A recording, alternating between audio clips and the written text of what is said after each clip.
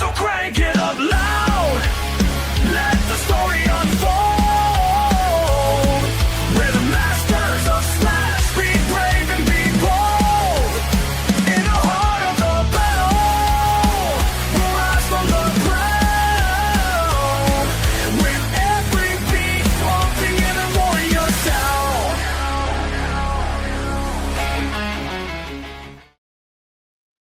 What's up? How's everybody doing tonight? What's up? I was muted for some reason. You muted yourself? Yeah. Welcome to the Smash Masters podcast, where we talk about collision repair, PDR, and everything in between. I'm Stefan Eschi. That's Nick Priest. And tonight's show is brought to you by Black Magic PDR Tips. And you got Nice. Josh coming in already. Hey, Josh, how's it going? Is in. Yeah, he's in here. He's in here. What's up, guys? How's You know everybody what? doing? You know what Josh did? What did he do? He entered the giveaway, which He is did. now closed. Nice. We can close that. But before Daniel? we get that, remember I just mentioned we were sponsored by Black Magic PDR Tips? Yep. All right, let's play this. Are you tired of wrapping your tooltips with tape? Are you always concerned about that cherry cap popping off? Looking for an easier and better way? Well, head over to blackmagicpdr.com for the best tip covers on the market. Designed and created by a dent technician, these covers are made of a 3D printed material that is 50% firm, 50% soft, rubber-like material that will allow you more metal movement with each push. Black Magic PDR tips are a real game changer for all types of PDR technicians. blackmagicpdr.com. What are you waiting for? Good stuff there. It's a pretty cool new logo too he just put out. And if you haven't been on the website recently, he did a lot of updates to it. So go and check it out, and put in another order. I'm sure you need some. Yeah, probably. So I know I could use a few more myself. Me too. Yeah. Yep. They work pretty good. I mean, matter of fact, I got this one sitting right here for a whale tail. So right in front of me. Those are actually, he's even got a patent pending on those. So that's pretty cool. Right. He was the first one to come out with a tip for those, and the Lucky Sevens, and things that just didn't have tips before. Right. Right. Man, so I've been listening to Gene Fetty all day. Oh, have you? Yeah, I mean, so this morning his podcast came out, which he's rebranding it. It's now called the All Access, right? It's not. Well, I'm not exactly sure on the name of the podcast, but it's rebranded under Dent Repair Now. Okay. So All Access, the Automotive Appearance Institute, is being absorbed into his business, Dent Repair Now. Gotcha. So it's not going away. We still got the great training and everything, but it's part of his dent repair business, which I think is smart. You got to keep your marketing and branding simple, and to keep it all in-house. I mean, it's good for his dent business too. But anyway, not only did his episode come out, and his is with Jonathan Van de Fontaine. Try and get that name right. I seen that. I didn't get a chance to look at it. It was really good. You should listen to it. It was they had a good little conversation about a lot of the JVF stuff and the retention system and how that came across, and that new glue gun. Yeah. And the different variations of that. It was really interesting. If you nerd out over the glue stuff, check out Gene's new episode. But also because the Dent Slayer episode dropped this morning with Gene Fetty, and it is over 4 hours long. So I'm like 20 minutes from the end when Vincent, our guest, joined us, and I had to put it on pause. But really good episode. I mean, I'm 20 minutes from the end. I can say I've listened to it pretty much. Right. Yeah, they've been killing it over there. I didn't catch the Gene one today. I mean, I've been pretty busy over the weekend and stuff. So, I mean, I hadn't really had time to do a bunch of catching up on podcasts and stuff. But yeah, I'm going to go through and catch it. Yeah, definitely. Daniel Kraus says 10% off Dent Flex tools starting tomorrow at A1 and a Nice. new tool. Oh, come on. As for like the last month, I've been the proud owner of every tool that Dent Flex puts out until this new tool comes out, and now I'm not. Hey, new tools are what we do. Just going to buy You gotta another one. you gotta collect them all. Yeah, for sure. Yeah. Yes, sir. Listen to Dent Slayer tomorrow. Yep. Mhm. Anyway, that was good. And we got the giveaway to do this episode. Yeah. So we will be picking the winner of that. I've got everybody's name entered. The drawing is you can't enter anymore. Or you could try, but your name's not going to get on this list over here. So Right. It's already that's already done and closed. set up. Yeah. Yep. Yeah, that's all I got. Nick, you got anything new? No, I don't. I think it's I think we're ready to bring Vincent on up in here. All right. There he is, Vincent. What's up, Thanks Vince? for coming on the show. Thanks for having me. I appreciate it. Yes, sir. Yes, sir. How things been going? They're going all right, man. I'm currently on vacation at my mom's house. I'm sitting in her garage while they're inside watching Hell's Kitchen, and I'm talking to you guys. Yeah. Right. Oh, well, we appreciate you taking the time out of your vacation for this. But Yeah, brother. We're just hanging out. nice. Hey, Rob. I appreciate it. Yes, sir. Rob says Vincent is the best. Hey. I've learned so much from best paint correction specialist in Greater Daytona Beach area. Very nice. I really appreciate that. Thank you. So I mean, Jared. he just hit on it. Paint correction specialist. But this is a PDR show. Yeah. So clearly you're a lot more than just a PDR technician. Yeah, man. So, some would call me a jack of all trades, but that's really, really, really false. I've obsessed over the last 10 years. And between window tinting, PDR, and paint correction, that's pretty much like the only three things I do, pretty consistently. Yeah. And but paint correction has to be my strongest suit, absolutely, for sure. Oh wow. Okay. Yeah. Okay. That's a tough skill. it's I'm not sure how to describe it. Once you kind of understand like different paints, like how soft they are or how hard they are, and then different pads and compounds of how abrasive they can be, and like how to cut it without taking off too much clear, and then how to finish it without it leaving any haze, you're pretty much good to go. But there's a lot of experience that goes to understanding that without overcomplicating it. And once you kind of get that down, you're pretty much golden. But it does take a lot of experience and a lot of back testing to really, figure that out. Yeah. For sure. So James wants to yeah. know what's the percentage split on the services for your business. So it's really strange. Over the last 5 years, everything is split almost evenly into thirds. So I do just as much time in paint correction as I do tinting, as I do dent repair every week.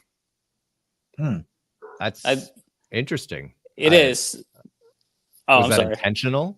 Kind of. When people contact me, normally my week starts or ends with some sort of paint correction. I know that's going to take a day or two, and in between that, I'll have tinting, and I can tint multiple cars in a day. And then if I have a dent, depending on the size or severity of it, then I will schedule that in between as well. So it's always a nice wave, a nice rhythm fluctuation of what comes. And don't get me wrong, there are weeks where sometimes there's nothing but coat, sometimes there's nothing but tint, but overall it's about the same. Right. Okay. That's very interesting. Thanks, Daniel. It's using your time to schedule that, and if you've got enough paint corrections to get 2 in a week, that's pretty impressive.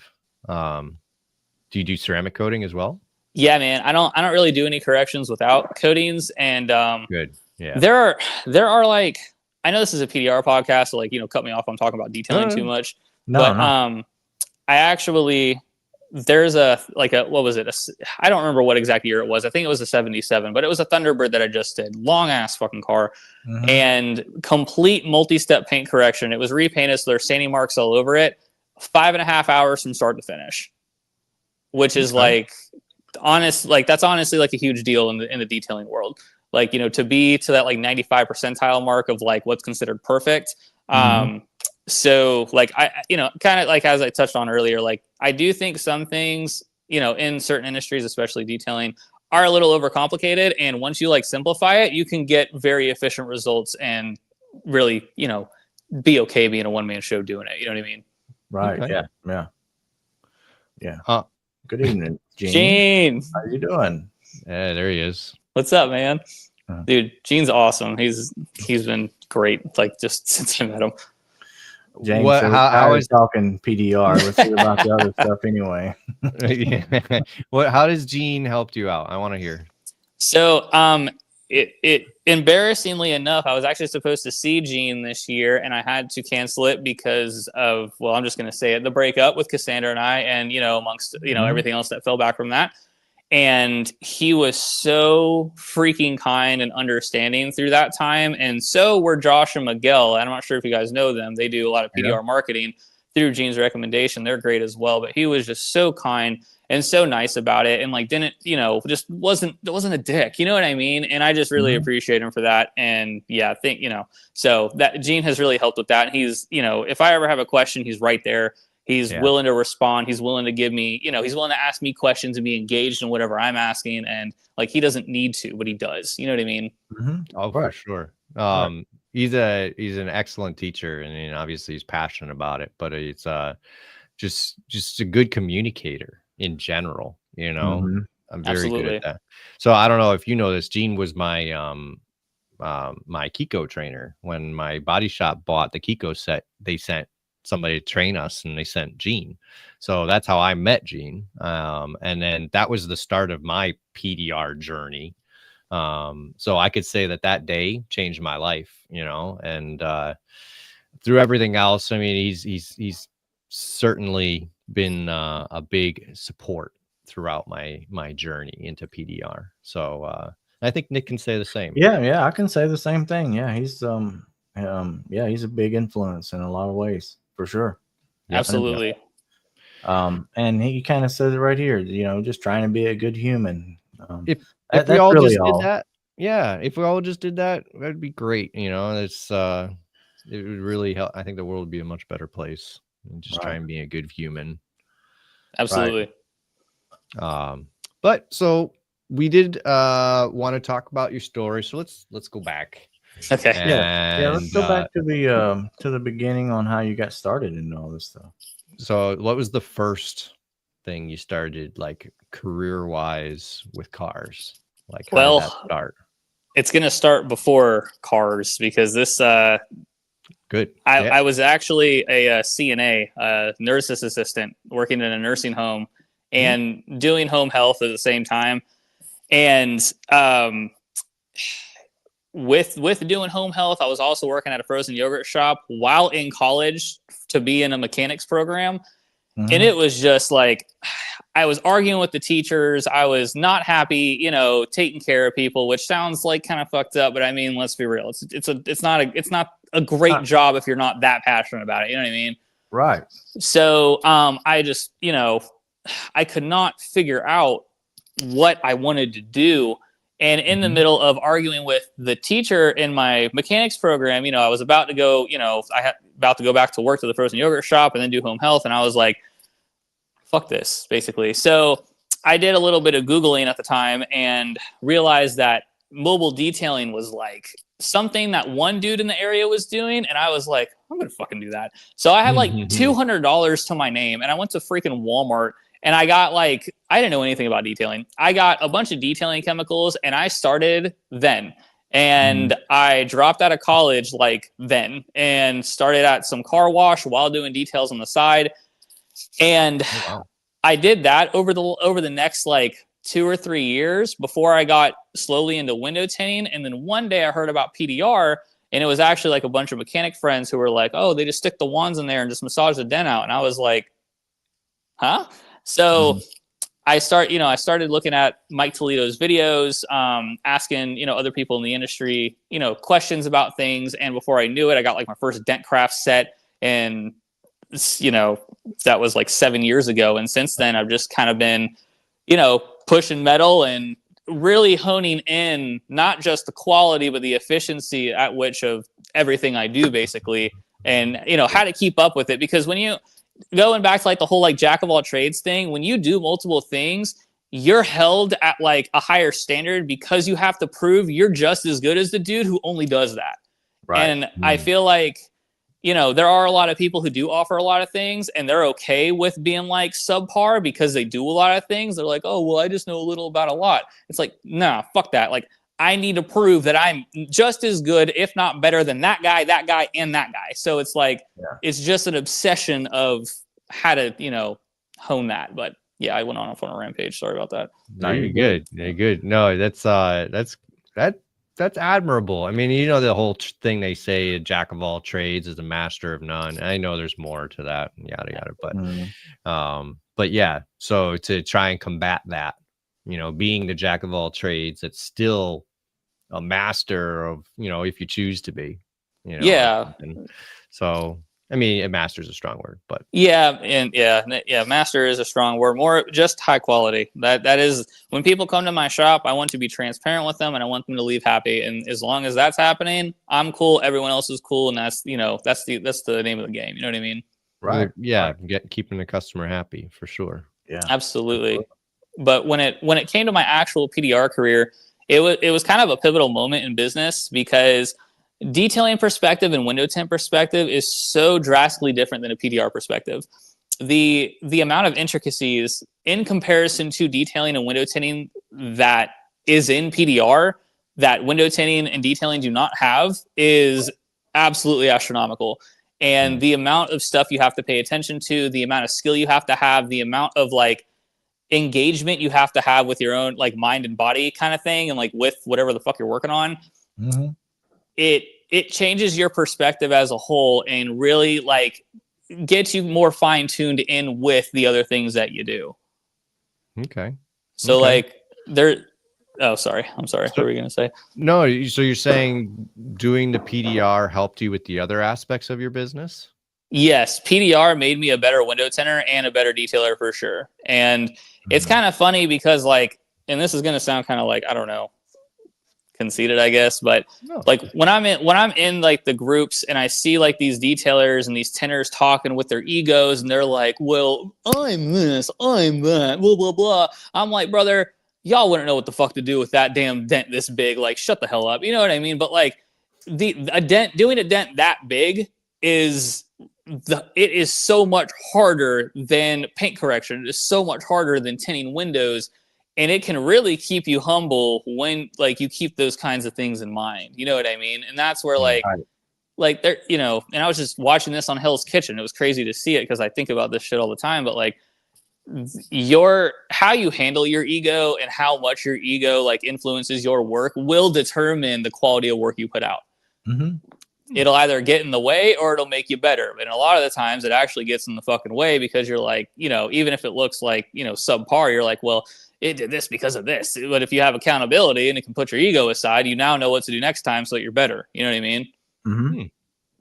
Absolutely. So that's kind of where like the PDR perspective came into play, because like the amount of intricacies, like even when it comes down to heat, when it comes down to higher pushing, aluminum versus high strength steel versus whatever the fuck, all of how you tackle those, even though they may seem the same, you guys know it's very fucking different.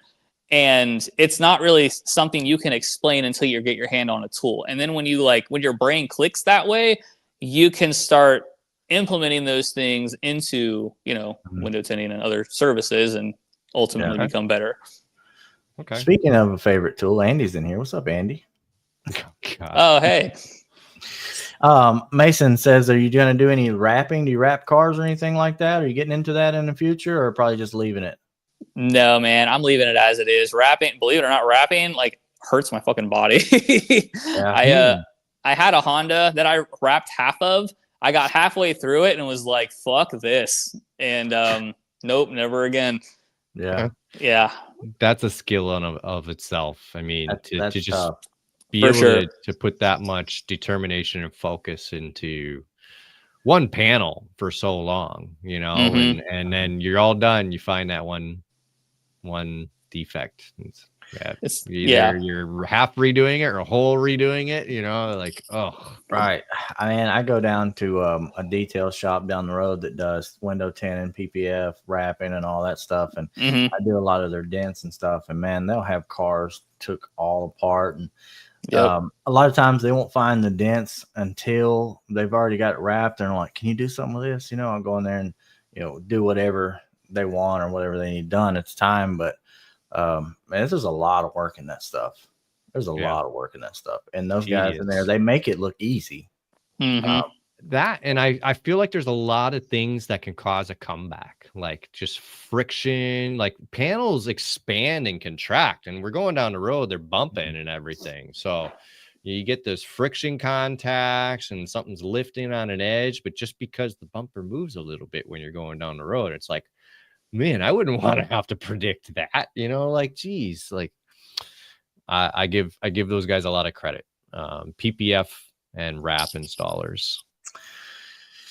So yeah, that's I give them a lot of credit. Yeah, for sure. Thanks, Sean. I appreciate it.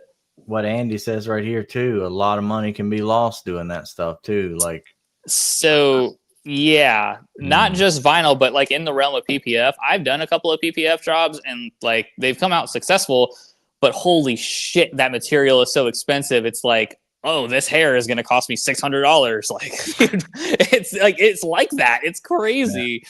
It's not worth the stress, man. Like at least with tinting windows, it's only going to cost me like, $13 for a thing of ceramic film. But nah, fuck that. Yeah, I know a couple of good rap guys. They do make it look easy because it's all they do. But I just don't got the balls for it, honestly. Yeah, the videos, I mean, it's like PDR. You watch the videos of the guys rapping, it does look easy. Yeah. I mean, these guys have been doing it forever, so and they got all the cool stuff. Oh yeah. The fancy tools. You're talking and the about hexagon lights. Yeah. Fancy hexagon lights. Yeah. Yeah, I think that's the best part about it is those lights. And the flooring, the red and black flooring. Yeah. Checkers. Anyway, so not to bring you back further again. So you started out with detailing. I like that. I keep making dent repair look hard. Same, brother. That's why he's got a following. People are wondering. That's so funny. I'm sorry. What were you saying, man? So I'm gonna go back in your story too. So detailing came first for you. Yeah. Did you do tinting before PDR? Yeah. So yeah, I did. It was detailing. Then I slowly got into tinting, and then got into PDR. So detailing, you just did it. You just wung it. You said you went to Walmart, bought some supplies, just went out there and did it. Yeah, pretty much. And it was no training. No training. I mean, I did work at a car wash, so like that was the training I had. Okay. So that is training. It was how can I say this? It was like the lowest risk and the lowest risk of fucking anything up. You know what I mean? Like when you're detailing a car, as long as you like are conscious of the chemicals you use and like temperature and all that, you're not really gonna mess anything up. You know what I mean? Sure. But yeah, detailing did come first. When it came to window tinting, I was very gung-ho about like not working for anyone then, and that has kind of been my mindset ever since. And I was like, nope, I'm not going to work for a shop. I'm going to watch some videos and figure out how to do this, similar. Right. No. Yeah, that's what I wanted to know. So how did you learn that? So I started watching videos and I started doing it. And when I first started, I sucked like bad. And it was like, how can I say this? It was very difficult to understand everything that went into window tinting with like the resources at the time. Like Matt Blackmer, I don't know how to pronounce his last name. Matt Blackmer, I think that's how you pronounce it. Please forgive me if I'm butchering that. But he was like the only person at the time with how-to videos on how to tint windows on YouTube. Mm-hmm. And I was like, okay, I have the fundamentals. I can do fucking anything. And I realized the hard way that did not apply to everything. Mm-hmm. And over the years, I just kind of like, working with other tinters, kind of obsessively scrolling the damn tint pages on Facebook and seeing what everyone's doing all the fucking time, doing things like that. That's what really honed in my tint, my window tint skills. And I mean, it's just like PDR. Every single day, it's like you're learning something better, something you didn't do as well before that you can do now, and implementing that. But yeah, it was about like 8-ish years ago at this point, and like the relationship I had with tint was such a difficult experience with not prioritizing, figuring out all the little things, where I stopped doing it like 2 or 3 times in my career and then picked back up on it 2 or 3 other times. Okay. It's funny that you say that it's like PDR in a way that you can keep getting better. And I didn't imagine that with tinting. Yeah, I would assume you can get faster with techniques and be more efficient, like kind of in the same way. I tried tinting windows when I was a teenager. Of course, I got my first vehicle. I tried doing window tint and stuff without looking at it or asking anybody. And the little background knowledge I had in body work back then, you just take the glass out, cut around it, and stick it on there. But I watched guys do it without taking all that stuff apart, and there has to be an efficient way to be good at that while also producing a high product, a high-end product, So I didn't get to that point for it, but yeah, I could see where you could keep on getting better with that.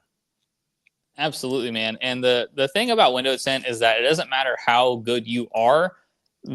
Like debris can come out of anywhere and make you look bad. Like you can be the literal best. It doesn't matter who you are. If debris comes out of any type of sealed gasket, the air, in my case, like, psoriasis flakes, anything, it can come out of anywhere. And then, now you look like a horrible tinter because, this is what God intended, I guess. But yeah, when it comes to getting better, if you understand, yes, efficiency, like there are people in the industry who are now shrinking, like heat shrinking with torches, which like cuts your shrinking time down dramatically.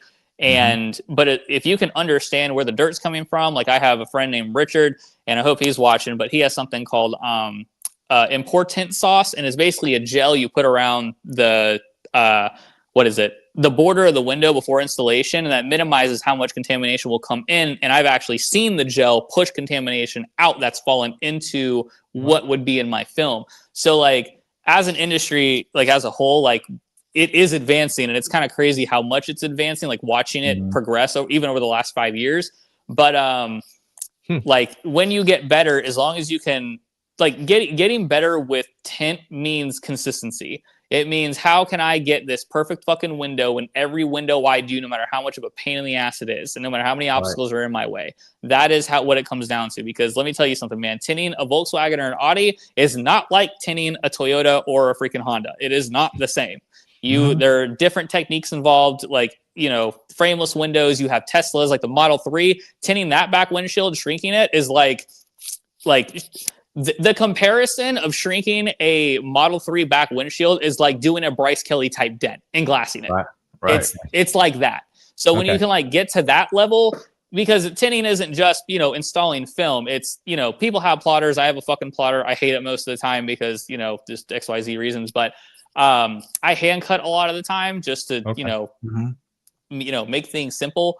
But shrinking plays a huge part in it, because you have things like just certain cars that are just so hard to shrink to conform the film to the glass, because you need to do that. And, you have to be proficient at shrinking, at installing, at cutting. There's so many things. Oh, and, debris. So like there are like 4 things right there to pay attention to get a clean install. Yeah, that was always kind of the nerve-wracking part for me, or watching people, and me trying it a few times I did, was climbing into the back seat of a coupe or a 2-door car, like a Mustang or something, and trying to wiggle that in there. I'm like, yeah, I can't do that. I can't do that. That's just, yeah. Not with that attitude. It's a lot. It's a lot. Have you ever filed the edges of, you ever seen that? Yeah, I do it all the time with frameless windows. Almost every frameless window, I file the edges. That's something I always wanted to learn how to do. I see the videos of it. It looks good. But I've never been able to. Oh my goodness! All right, for the audio people, somebody That's just awesome. came in and wrote, "The skin flakes were a nice personal touch on my car. Appreciate you, Vincent." That's not a very nice comment, but Oh, we no, that's appreciate the my comment boy. anyway. That's nice. my boy. That's I my get it. movie homie. We just saw, what the fuck did we see? No, that's my movie homie, man. We're going to see Yeah. Chainsaw Man in a couple weeks. Chainsaw Man. Nice. Yeah, man. I'm a freaking anime nerd. We're just watching Japanese cartoons. Mm-hmm. Yeah. Yeah, Heard brother. good things. I have a coworker that tries getting me into anime. He gave up. Oh, yeah? But Shit, what's he trying to get you into? You got excited. Maybe he'll come to MTE. I don't know. We'll see. Shit, I'll talk with him the whole time. Yeah. All right. I never got into that either. But to each their own, I guess. I mean, I played Mario and stuff when I was a kid. There's stories. It's stories. It's another. It's a TV show. You know, it's cool. They're cartoons, and I Right. can see how you get into it. You know. No, I'm but- I'm not saying anything bad about it. I'm just saying, like, I know you weren't. yeah, I just never, for whatever reason, never made it to there. Stop making fun of it, Nick. Jeez. Yeah. Anyway, all right. So let's move on. So from tinting, I'm weirdly motivated to learn tinting after this conversation. Just so Oh, you know. are you? Yeah. So like I've never felt that way before.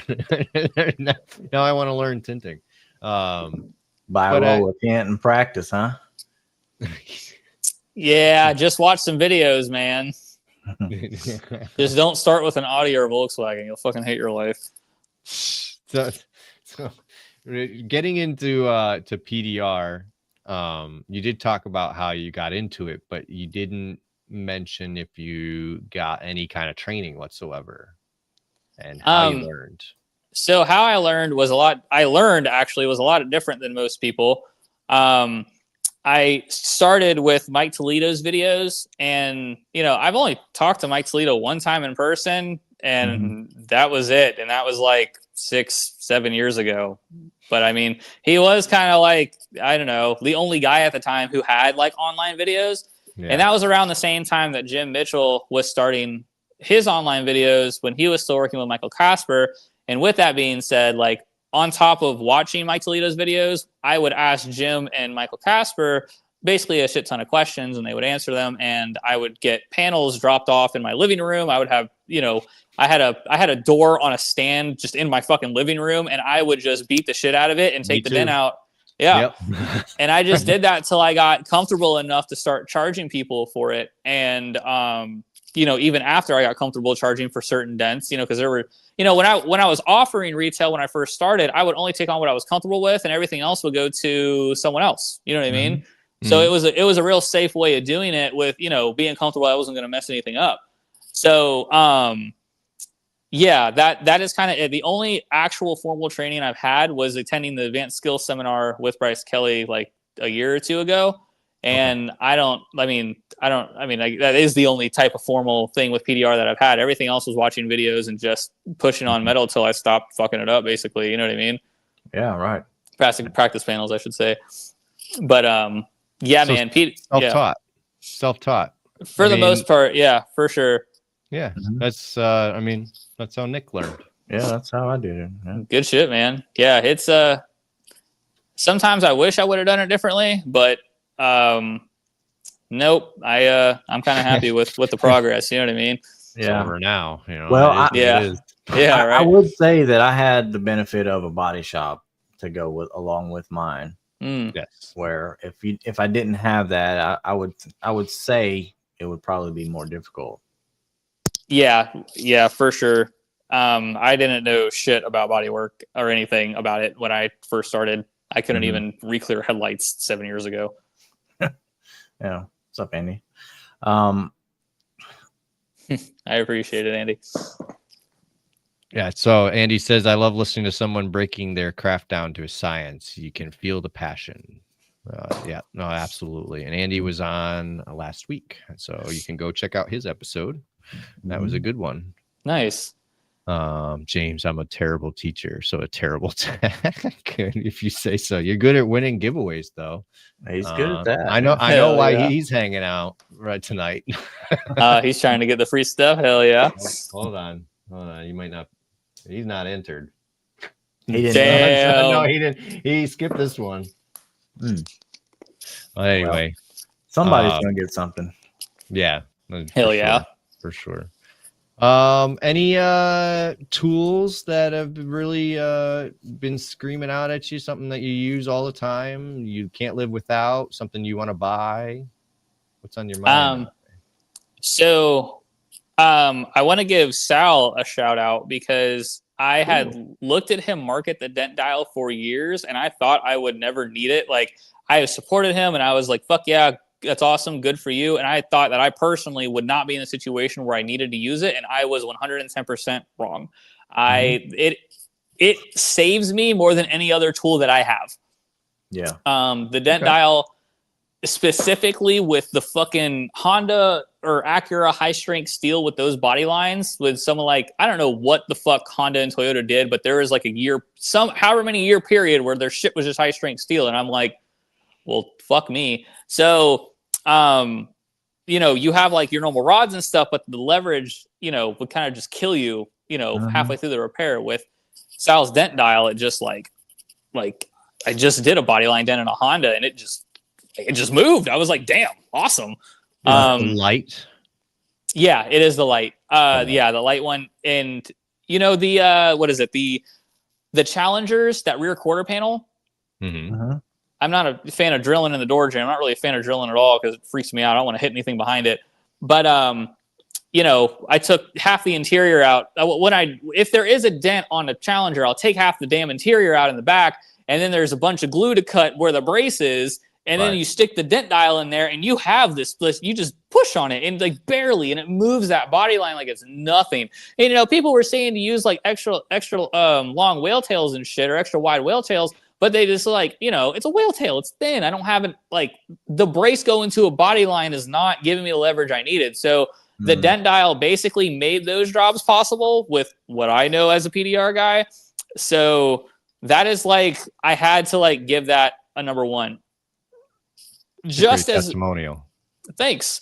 Yeah. Almost just as important. And I think, was it Andy that came up with the Hercules for A1? I don't know. I'm not sure I know what the Hercules is. The Hercules tool is this big ass red handle, and it's a big stainless steel hook, and it's like this fucking big. It's huge. Yeah, it's the Hercules tool on A1 tools. I think Andy someone we fucking know came up with the design, but I forgot who the hell it was. But that thing, the second I saw it, I was like, this is gonna save me and my everything, my shoulders, my fucking, elbows. And you got the wrong ginger bro. You're kidding. It was the other ginger bro that came up with Brandon. It was it was Brandon. Yes. Oh, okay. Yes, Brandon came up with it. Yes, thank you. Brandon. Okay, yeah. Brandon's Hercules design was absolutely, that thing has saved my ass more times than I can count. And that thing, it's just incredible. I use it all the time. And I knew I'd use it all the time, but not this much. Right. It's great for fenders. It's specifically great for like when you're working on a bedside, going underneath it and you have like a wooden block in the way for your leverage. Like that is when that thing comes in handy, because like you barely need to push and you got like, crazy fucking pushes, crazy leverage. Okay. Yeah, I didn't even know that he'd made that, to be honest. Yeah, and it's crazy because a lot of people don't know about it, and I'm really confused as to why, because it's one of the most used tools in my arsenal. It's like the first one on my cart that you see. Yeah. I never heard of it. Mm-hmm. And then I think Anson just came out with these door lords that have interchangeable tips on the top. It's got like a pink tip and like a green tip. Yeah. Mm-hmm. I got those specifically because there was a fucking, oh my God, it was like an M something. It was a BMW, and the aluminum on it was like, I had to use my purse to push this shit, okay? And everything I had sucked. And I was kind of scared. Well, no, I couldn't use the dent dial because there was like a brace in the way real weirdly. And I was just like, I guess I'll go, fuck myself. But I got this set thinking this would have made that way more possible than it was. Yeah. And it's, that set, when you have, interchangeable tips have saved me a lot of money on, buying just a bunch of rods. But, I'm sure every tech can say the same thing. But like one thing that's kind of bothered me throughout the years is not having the smallest one of those. Oh yeah, the pink one. Oh my god, it's incredible. But it was a tool. Oh, awesome. So yeah, but I had always been thinking like, how in the hell do we have all these interchangeable tools for bedsides, for fenders, for, you know, even open hoods sometimes, you know, if you have, you know, the little edgy tool to go into your hood, but like there's nothing for doors. I always got to fucking, you know, basically model the shit out of it or something. All right, so Oh Danny my Hacker, God, Danny. Danny Hacker's coming in. How's them Temu tabs, Vincent? All right. He's referring to a specific post Vincent put. Oh, out I about know. a specific Temu tab. Yeah, no. And how Okay. it's the best. How have those been going on now that we're on that subject? Oh, it's getting hot. All right. So, first of all, Danny, they actually pull great. However, I'm going to say that is one order I made while just shopping for random shit on Temu one day. And they have, I love you too, man. They do happen to pull really hard. However, Kiko's tabs and the ingenuity and the design and the amount of people that can come to Kiko, including, you know, Hudson with, you know, like the tornado tab is one of my fucking favorite tabs to use, is just blown out of the fucking water. And it says a lot about Kiko if people overseas are like, fuck yeah, I'm going to copy the fuck out of this because it obviously works and they copy it. Right. I will say that is one order I made, and it is not an order I made since, and I've ordered actually plenty from Kiko since then, including the retention system. What is it? The JVF. Thank you. Fuck me, sorry. But yeah, that, including that. So like, don't hate me too hard because I support the fuck out of Kiko, but that's just one order I made.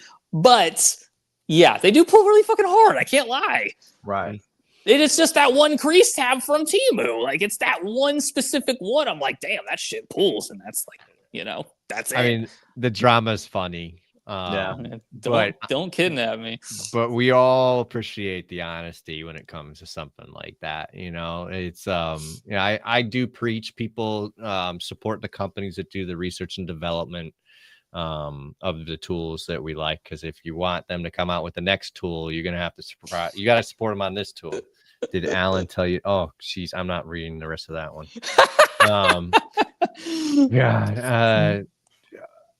Killed my train of thought. But we got to support the tool companies because we need them to keep research and developing new ones. And a little Temu tab is not gonna. Well, here's the thing, man. I kind of made that post as like kind of like a haha. And I honestly didn't realize it because I mean, at the end of the day, we are talking about it because it kind of did make, you know, people at Kiko and people in the industry kind of feel some kind of way. Right. And it was meant to be more funny than anything. And if I would have known that it was that much of a serious subject, I would have never said anything, and I would have only have put Kiko in the spotlight. So I kind of do kind of owe Danny and the people at Kiko kind of an apology for not just designing the tab in the first place, but it was supposed to be kind of a joke that was not supposed to turn into this, and I should have considered that, and that is 100% on me, and I just wanted to say that. Right. I'm sure there's no hard feelings there. It's No. One thing I've learned about the Kiko crew is they are just good people. Oh, you know, for sure. so, Danny represents that like heavily.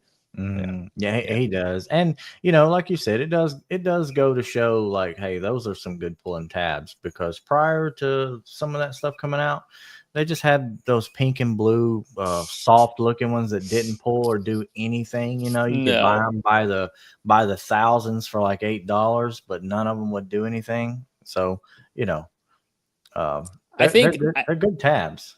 Well, I wasn't like the turn. Oh, it's just from what I know, I could be completely fucking wrong about this. Is I believe it was like the Black Plague in the gangrene tabs that kind of like changed how tabs were kind of being made. When the people realized the flat surface was pulling hard as fuck, I started noticing like Kiko Ice started, you know, really refining that kind of infrastructure in the tabs, and it really started, you know, making crazy pulls. But yeah, before that, it was those like Ripley pink soft ones, and you go to pull and you're like, well, this black PDR glue and this Ripley tab just didn't do shit. So, you know, go fuck myself again. You're not wrong about that. It was Black Plague who came out with the smooth face, and everyone's going, what the hell? Why is this pull harder? And that's when they figured that all out. So it's Yeah, you're not wrong about that. That was I was just listening to Gene's podcast on that, on how the Black Plague tabs were actually a great seller in the trade shows. They put one of those little Black Plague crease tabs down on a panel, pull it, make a body line, and people would just buy Kiko systems. Yeah. Yeah, I'm sure. It's like a great demo. I mean, it's great tabs. Yeah, for sure it is. Chris White made a comment on a post in Dent Tech Only on a post on Temu product today. Well, he's got every right to do so. Right. Don't hate me too hard, man. Don't hate me too hard. You're good. I'm gonna get taken out back at MTE and shot or something. God damn. Yeah, maybe don't go this year. I'm carrying. No, I'm kidding. I'm totally kidding. I'm not kidding though. I am carrying, but I am kidding about, anyway, just don't shoot me, please. But anyway, yeah. Oh, you're good. You're good. What are future plans for Vincent? I'm going to be honest. I am not the PDR tech I'd like to be. There is a moment sometime in the future I would like to see Gene or see somebody. I say somebody, but I wouldn't just stop. Gene's level up training. Yeah. I would like to take that next step, because as far as detailing goes, paint correction, I'm the one training people. Like people come from different states to fucking get trained by me for paint correction. When it comes to tint, you're the detailing Gene Fetty. I don't know about that. Oh, Hudson, I appreciate it. Yeah, man. It's when it comes to paint correction, like I really don't want to sound like cocky, but I really am like at the pinnacle of what I believe paint correction should be in the industry. Right. And when it comes to window tinting, I just want to become more efficient. There are, like in every industry, there are people like Gene, like Bryce. There are people like them in every industry. And when you find them, you just like look at them and you're like, how can I be my version of them? And as regards to like kind of just being whole. Like whole with quality, whole with being the person that they are, you know what I mean? Because, it's not just Gene's skill and Bryce's skill that makes them who they are. It's who they are as people. You know what I mean? Because Gene is just fucking, he's always fucking giving. And so is Bryce. Like, even I can contact Bryce too, and he'll fucking text back, and he's busy as shit. Like, it's crazy. And when you have people like that who are just all around whole, you think, how can I be like that? Because like they got it going on. They're not cocky. They're not, oh, I'm this, I'm that. Fuck you, I'm a millionaire. You know what I mean? They're not doing any of that shit. They're actually helping the industry and helping the community and they're breeding better techs because of who they are as people. And when you find those people, you want to be that too. You know what I mean? So, God, I'm just going on a fucking rampage. Anyway, good. But like in the tint industry, there are, shut the hell up, Hudson. Oh my God. I'm never going to live this down. In the tent industry, there's a dude named Sean G. I think that's just his Facebook name. I think his real name is something else. But that dude, it's crazy. His efficiency is through the fucking roof. It's insane. And he's so like, he helps videos all the time, how to pull sweeps, which is like the bottom part of the gasket out of like door panels so you can bottom load tint. And he's just helping people all the fucking time. And he is so efficient and just on his shit. And he just takes care of his family the same way Gene and Bryce do. And when you like see that, you're like, I want to fucking be like that. But as far as future plans go, just be more efficient and be better with tint. Be, with as far as like, detailing, I guess, teach a little more. There is a shop that is doing great. His name's Chase with Polished to Perfection, and those guys, they're over in the Villages, and they are just brilliant at what they do. I talked with him this morning because my mom has been answering the phones for window tint ads for a couple months now, and we're really trying to hone in our sales process, because selling to someone that I know, I can talk to them the way I'm talking to you and sell basically anything because they trust me and I trust them. There's trust established. Like, people know I'm not going to bullshit them. But someone from Google that I don't know, I don't fucking know them. They don't know me. I don't trust them and they don't trust me. So how the fuck do we bridge that gap, and how do we make them a good candidate for being a customer of mine? Because I'm going to tell you, not everyone is. You know what I mean? Like, if you're the type of person to come in and, be like, oh, I have this and then complain about price after you just act like you had every Ferrari, ever existed, we're going to have a fucking problem. Because it's like, I'm not your guy, brother. You know what I mean? But Right. Anyway, with all that being said, all the mouthful I just spewed out, with Chase and Polish to Perfection, I am going to be doing a little bit of bartering where that dude and his team, they are honestly, I think they're sales geniuses. I think they're awesome. And I think it'd be a really good idea to get like more like kind of sales training from them, like get what they're doing to make what they're doing work. But in turn, the way that I correct and coat cars, if I explained it to any of the Facebook groups, they would reprimand me and be like, that's the wrong process. It needs to be in this order. It needs to be that. And I'm like, brother, I've been doing this for 10 fucking years. It works and it's efficient. And it's like the BMW, the M2 I just posted, start to finish, 3.5 hours, 95% perfect.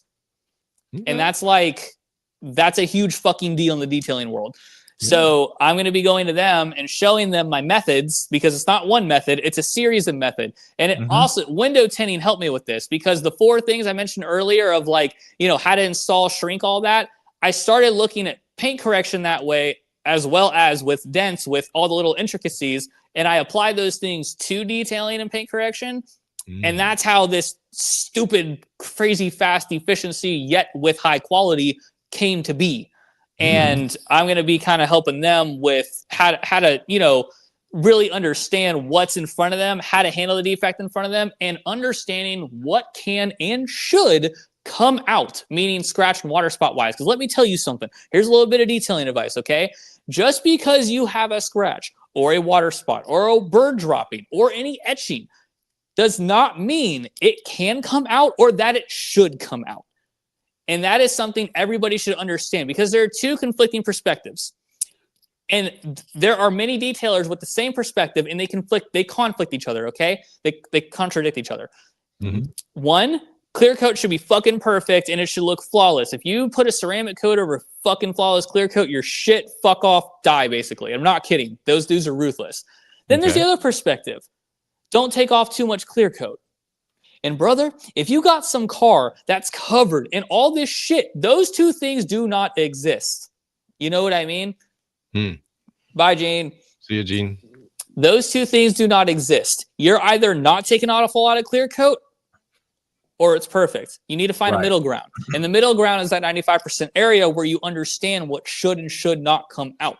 And what's even realistic. Because let me tell you something about ceramic coatings. Doesn't matter how perfect you make that car, you're going to get defects inevitably at some point in time, no matter what. I've been in this game for 10 years. I have done hundreds upon hundreds, if not thousands of cars at this point. And every single car... Shut the hell up. God, you guys are just fucking killing More me. Temu jokes in the comments. Dude, Oh, wild. Man. No, there are not. God, it was one order. Fuck. Jesus Christ. One Anyway. Temu tab. I forgot what I was saying. Josh fucked me up. Anyway, if you any kind of ceramic coatings that you do, the car is going to get a defect at some point in time. So it's really the most important thing about paint correction and ceramic coatings is communicating with your customer what they want, what they should realistically expect, and what you're going to do, and then making all those 3 things one thing. And if you can do that, you will be a good detailer. It's more of communication than anything. Just like with dent repair, you have someone that comes in with this super smashed, what the fuck, I don't even know if I can do this. And you tell them, hey, I'm letting you know this is going to be about 80 to 90% perfect. Give them an actual number. It's going to be about 90% perfect. You're going to see some waviness. You're going to see this because it's a big fucking dent. And this is like a lot. And and with your price point, just give them the professional reasons. Don't make it sound like you're just saying shit like I am right now. But it's a communication game. When you can communicate effectively with these people to where, they are happy at the end of the day, and where you're happy with your work, giving them quality and knowing you're giving them quality without risking their clear coat for the sake of perfection, which, isn't a thing, then you can really start your career. Because I made the mistake of really chasing perfection for a very long time. And that's what got me so efficient and so kind of good at paint correction. But at the same time, it's also gave me this perspective that I'm sharing now with, like, doesn't matter how good you are at paint correction. That fucking car is going to get fucked up again at some point in time. And you need to really have a middle ground of how much clear coat you're willing to take off and how much you're willing to accept that all your work's going to be reversed at some point in time. Yeah. It's smart. No. It's smart. You can't be idealistic. No, in one way or another. Kids. Yeah. You can't. I mean, so it would be nice if we could. I started out auto body that way, and I thought everything had to be perfect, and it actually made me miserable because they can't.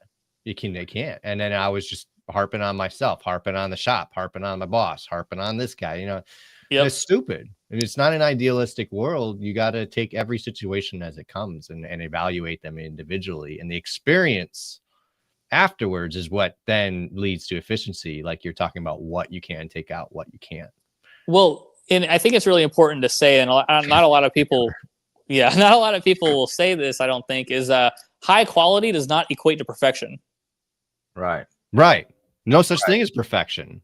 As soon as a customer starts talking to me, I'm the PDR customer, about how they need perfection, I go, well, then we're not a good fit.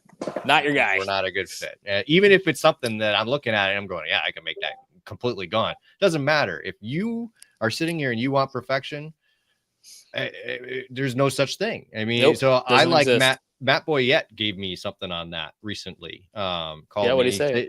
He said, this is the deal. He says, when you start talking perfection, it's like, whoa. Nothing rolls out of the factory perfect. Nope. But let's assume your car did. Your car was perfect. Okay. Now you've been in an accident. Okay. Perfection, gone. I'm the guy that's here offering to help you repair your non-perfection. The body shop's there offering to repair your non-perfection. Both of our results will not be perfect. We are repairing. You know, there's no such thing as perfection to begin with. So absolutely. Anyway, I loved that he said that, and it's up there. And you know, you say it in a nicer way when you're talking to a customer, but those are the points. You know, that's gone. You want perfection, you know, buy a new car. You know, and even then, that ain't perfect either. So buy your imperfect car. And obviously talking to customers is very different. This is a very like informal way of saying all of this, but it's, you know, your customer service voice comes on, you're all like, sir, but perfection doesn't exist in this world. You know what I mean? So you gotta stroke the ego a little bit, make sure they know that they're still right, even when you're telling them they're wrong. I struggle with that. I struggle with that. I'm very good at being like, nope, sorry, you're wrong, and that's just the end of the story. So I should probably work on that. Yeah, it would be a good thing to work on.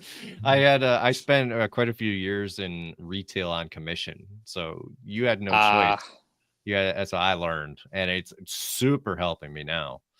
I get some of my responses, like I had an irate customer, and it was all through texting. Oh shit. And you want to talk about it? Because I can talk about this all day.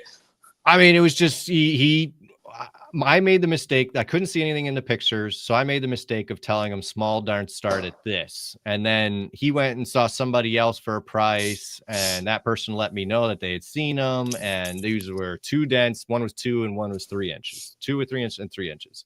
So I forget how I somehow worded it. I didn't say I'd talked to the other dent tech, but I think I'd said that I'd looked at his damage again, whatever.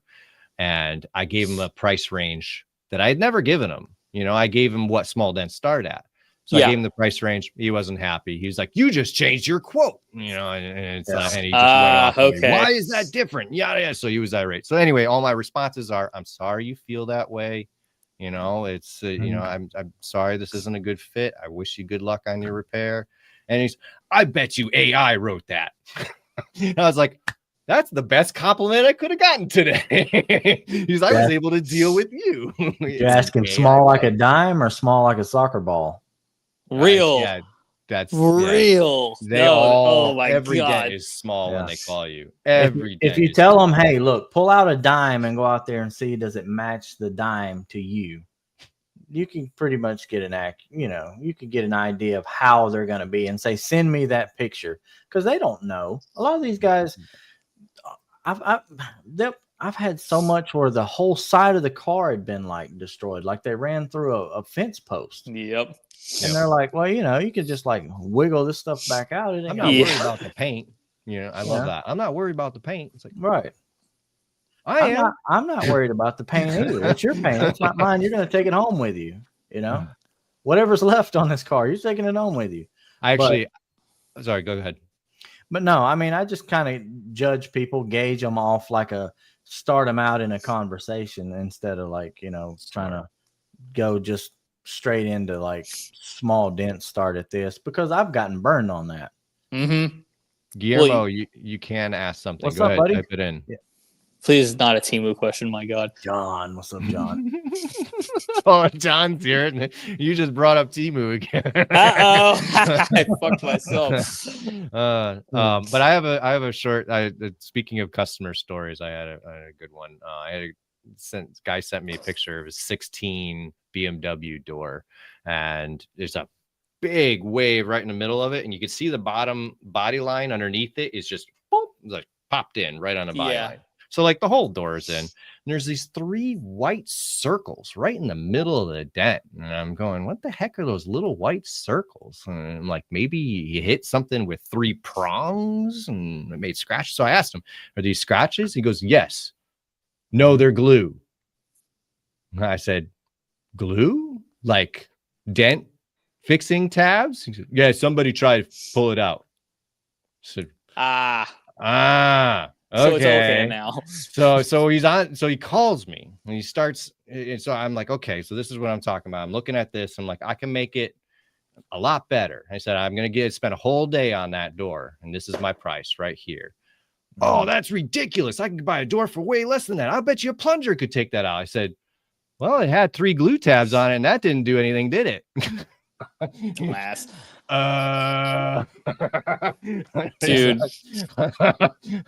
It's just, somebody. Obviously, it was him. Yeah, some people's kids, man. Couldn't get the glue back off either. So thanks, Reddit. I appreciate it. Dude, yeah, it's good that they try that though. I mean, so get insider. Okay. Yeah. Don't get a bag of rice and just pour it down in the door and see if it jumps out. All right. Guys, I have 2 customer stories I would love to share if you guys want to hear them. Go ahead. Oh my God. Okay, so one happened a couple months ago. It was a gentleman who was, so my mom's been answering the phone, as I said, and my mom is very different than I am. She's a lot nicer than I am, which is why she's answering the phone. I like to pride myself with how I am with people in person. When it comes to on the phone, I am so brash and so just, I'm busy. What the fuck do you want? That's why my mom's answering the phone. Right. So my mom had warned me that this guy was kind of giving her the runaround. It was asking for 7 different tint quotes with 7 different variations. It was insane. The dude couldn't even make up his mind. So he comes to my shop and he does the same thing with me. And he, I pride myself on being able to keep up with that kind of thing. And, really just the fuck you doing kind of thing. You know what I mean? Mm-hmm. This dude asked for all these different quotes. And when I finally got to a quote, this dude looks at me in my eyes and is like, well, the lady on the phone, which I already specified it was my mom, the lady on the phone said you would do it for this price if it was cash. And I looked at this fucking guy and I had his key in my hand and I was like, you need to leave right now. Right. And he was like, you think I'm lying? I'm like, I think you are. You need to leave. You can call her. I'm not calling her. Leave my shop. And he left. Awesome. Bye. Didn't get a bad review. I was so surprised. I was expecting it. I would have loved responding to that.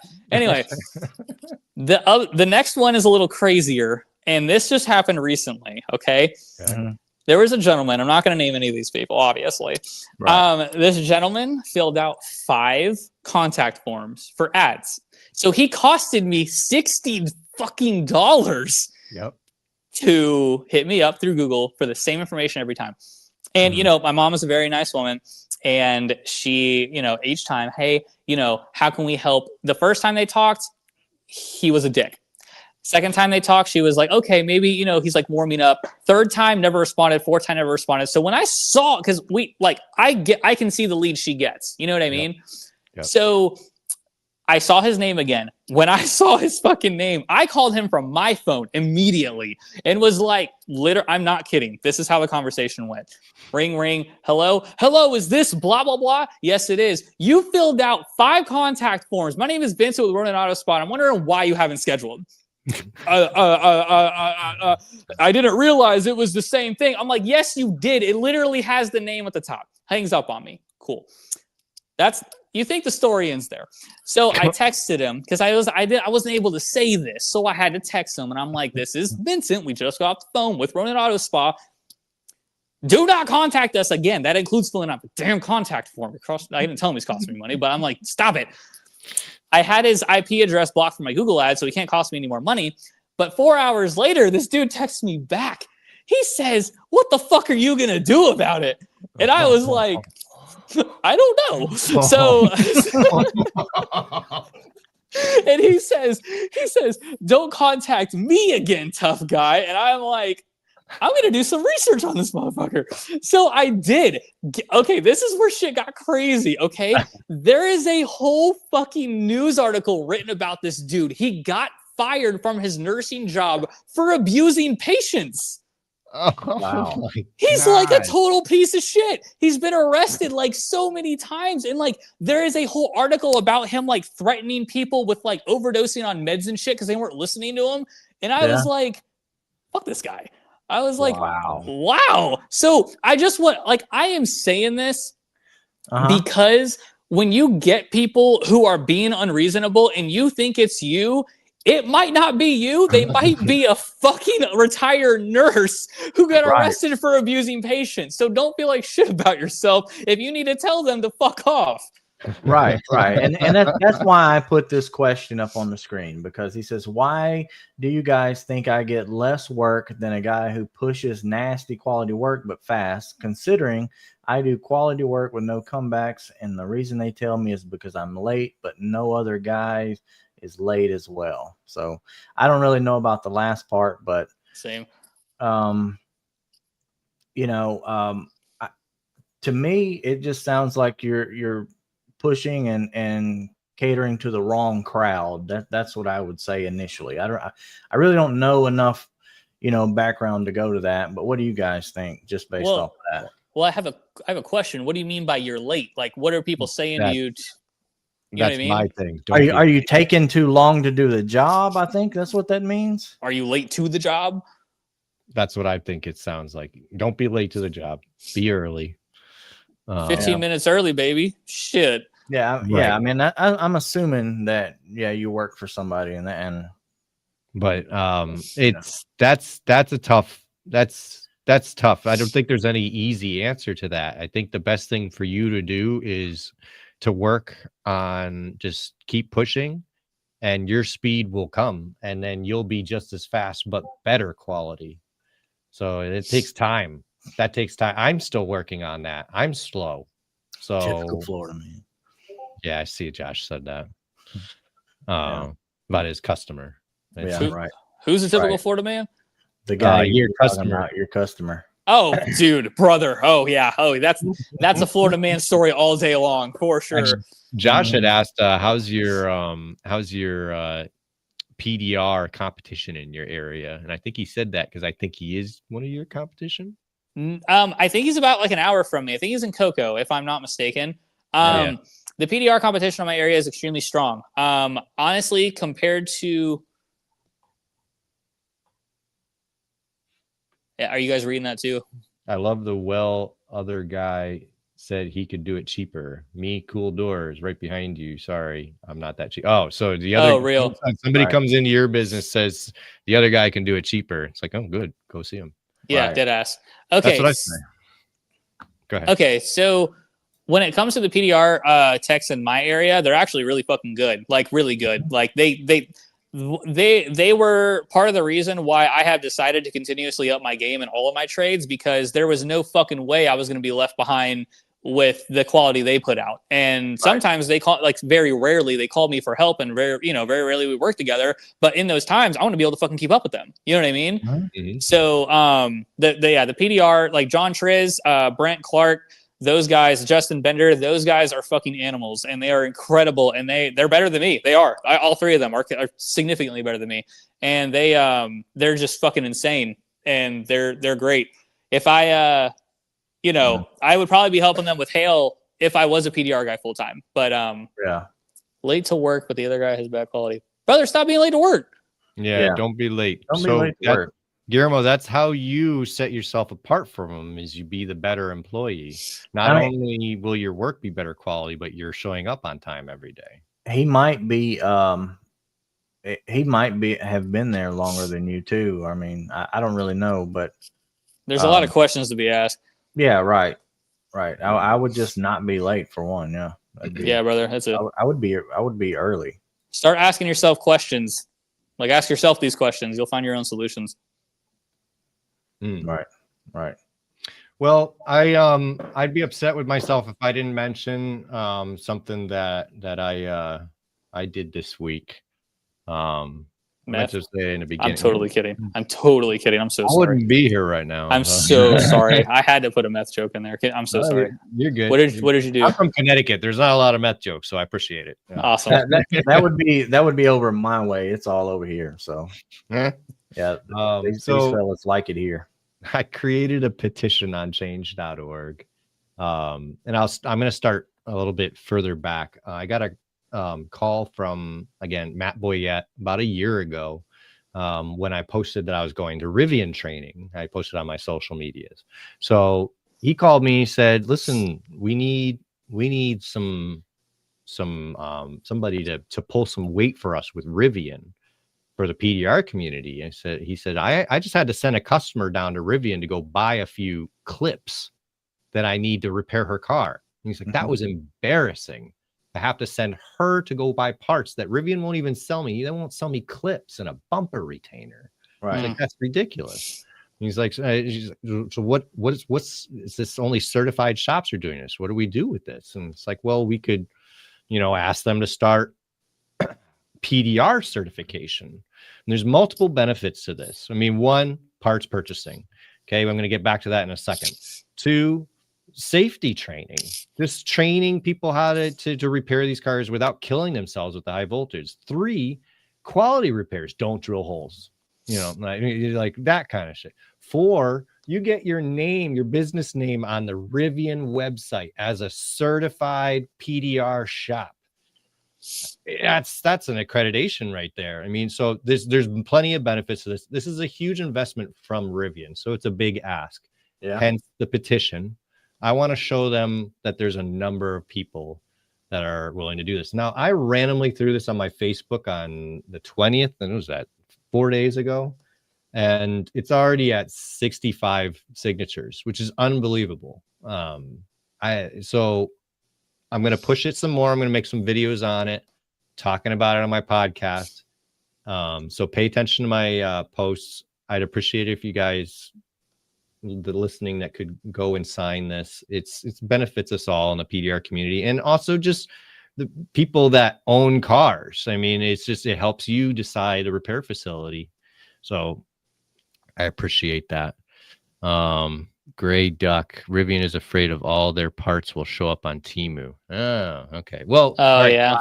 I wanted to get back on that. So I put out this post, and that day Matt Boyette calls me again. He goes, hey, we can purchase parts now.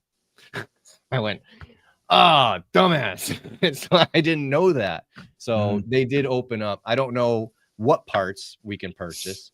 I'm sure it's not quarter panels and frame rails. Probably basic clip, like stuff that he went to grab. Stuff we need: door moldings, bumper retainers, clips, emblems, stupid stuff that we would need. Anyway, I'm taking the reins, and I'm gonna do this. And then really, I'm focused on Rivian right now, but we need this from all the manufacturers. We need to get these certifications. It's Hector's right. Mm-hmm. Tesla, it started with Tesla, I think. Actually, Tesla saw the exclusivity and all that fucking repair shit, and these other electronic fucking cars are following suit. It's true. They want to make sure their cars are repaired correctly, but the problem is that if you hold the parts back, everyone's going to hack your cars up. So you gotta provide the parts. And I was happy to hear that Rivian was willing to do that now. Well, good. Hell yeah. Good shit, man. That's awesome. I'm very happy about that. But I'm still pushing this. I believe just for safety's sake alone, certification should be an option. And then it's good for business. So Right. It'll be a good stamp of approval saying, "Hey, this method is also a preferred method to repairing your vehicle." So yeah, Absolutely. That's awesome. People don't know about PDR. I mean, I almost got in a conversation or an argument with a Rivian owner when they had a smashed panel, and I'm going, listen, like body shops are great. If you want a body shop, do this way. You can do that. I said, but first contact a PDR professional. And every time he talked about PDR, he's always like, no, I want my car fully fixed. Like, I think you're like misunderstanding. And I'm like, this is a full fix. It's a good fix. And I sent him one of Bryce's videos where Bryce talks about all that. And he comes out like, yeah, I'm not happy with 95%. I'm just okay. I'm done. Yeah. All right. Sounds like you're a fun fucking be around. I'm like, Jesus oh Christ. my goodness, I wouldn't want to touch your car anyway. So right, dude. Do y'all see some of the people talking shit in Bryce's videos? Like, it's fucking hilarious. I'm like, dude, y'all are barking on the wrong tree, my guy. They're all body tags. It's wild. It's wild. Oh, Chris, I'm in Port Orange, by the way, Florida. He asked that like way earlier, and I forgot to say anything. But Stefan, that's fucking awesome, man. And I think it's a real important thing that you're taking initiative on, because you're right. Like there was, I think it was you who made the post. I don't know, somebody where like you poking around for that access might be the last fucking thing you ever do, and that's some real shit. You know what I mean? I had a Model X in my bay, and there was just those orange wires right past the tail lamp holes. And, yes, that is the charging infrastructure. If it's not charging, technically, there's probably nothing running through that. I don't trust those electronics like that. There are contactors and stuff that get stuck. You never know when that stuff's live. You never really know. You never know. Not okay with 95% certain. Even if you pull that fireman's loop, there's reasons why we have to go in and check the voltage and stuff, because it might not be actually deactivated, you know? So anyway, there's a lot to that stuff, and I'm very passionate about it, and I don't want to see anybody get hurt. So anyway, rant over. No, awesome, man. No, that's really important. I think that's awesome to raise initiative on that. Yeah, no, thank you. But it's time to do the giveaway. Oh shit. So we have it gonna be 10 entries. I'm just gonna go with it. Just you all know how we do it. I can't talk anymore. Oh, I can't fucking look at that. 4 10. Oh, I went over to 10. James Molina Jr., you have won a mini tack and pull set. Hell yeah. Nice. Congratulations. We will be in contact to you to get that sent out to you. And if you don't respond, we'll pick somebody else. Right. So make sure you get right. Yep. Get it right and get on there. Some new tools at SEMA that show if electric car is safe or not. Oh, that would be cool. Yeah. That would be very cool. Shit. Just stay on the rubber grip of the rod. That's all you got to do. Honestly, that's but then you slip and I'm dead. Oh no.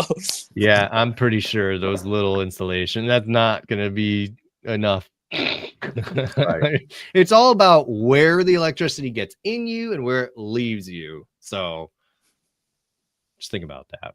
No. I am. Oh man, Vincent, it was a hell of a lot of fun having you on tonight. We don't usually go this long, so that's a sign that we really we enjoyed having you on here. I really enjoyed it, man. I really appreciate it, and thank you so much. And if and this goes out to anyone listening, including you guys. If you guys have any questions with paint correction or window tinting, or thinking about getting into those industries as like a one-man show or adding services, I have no problem answering any questions with any of those things. That's awesome. And where can they reach you? They can reach me on Facebook. Just add me. I post the most ridiculous shit 24/7. I'm sure everyone fucking knows that. Somebody, Daniel Krause was saying he had to go look for your Temu tab posts, and I was gonna say you're gonna have to scroll a while. Yeah. Oh yeah. Oh dude, I post all the time. Vincent posts a lot, but it's always entertaining. I always take a second to read your posts. I appreciate it, man. It's really crazy because there was like a 2-month period where I wasn't posting that much. and the amount of business engagement that I got went down dramatically. And as soon as I started posting more, even the stupid shit, like I'm like booked out for 3 weeks right now. Really? Wow. That's awesome. Yeah, That's it's strange. So it's not just saying stupid shit; it's saying stupid shit with a purpose. You know what I mean? Yep. Thank you, Hector. Thank you. Thank you. Yeah, I can guarantee that when I wake up or when I'm doing whatever it is I'm doing, I can expect a good morning to everyone except this person or that or whatever the situation is post. Yeah. Good morning, except for people who think a dent this fucking big is small. Right. Right. But but I have to make a video with that because I can't like portray that in text. You know what I mean? Right. Let me tell you something before we go. I'm sorry, I'm holding you all up. Let me tell you something before we go. Facebook posts, people on Facebook, it's all BS. Okay, like it's all BS. Man, being single these last 6-7 months, I have learned that so fiercely. It's disgusting. Like there are people like that I have thought have been a certain way for like 10 years. And I was wrong about every impression I ever had of them. And then people will talk to me and they think I'm like, you know, like I talk about a lot of things and people think I'm like this fucking Buddha dude. And I'm not. I cuss all the time. I carry a gun everywhere I go. Like I say the most crazy random shit. And they're like, oh, I didn't think you'd be like that. Well, that's not my problem. You know what I mean? So like when you're reading posts and shit, just keep in mind, they might just be bad shit. And that's the end of it. You know what I mean? Right. Right. I've had plenty of people say that I seem like a cool guy and they definitely want to work with me. And I go, no, you don't. You don't know me in reality. Well, I mean, we worked together for it didn't work together, but we went to Oklahoma training and that was fun. Hell yeah. No, was that the Kiko training? Yeah. Yeah. That was Hell fun. yeah. Awesome. I'll go to the Timu training next. Yeah. They have one. No. They Oh, have one. it's Allen's, right? Oh, there. Oh, Sorry. Oh my god. On that note, thanks everybody for watching. Yeah. Vincent, don't go See you anywhere. guys. Hang out for a second. Have a good week. Cool. Awesome. See ya. So crank it up loud.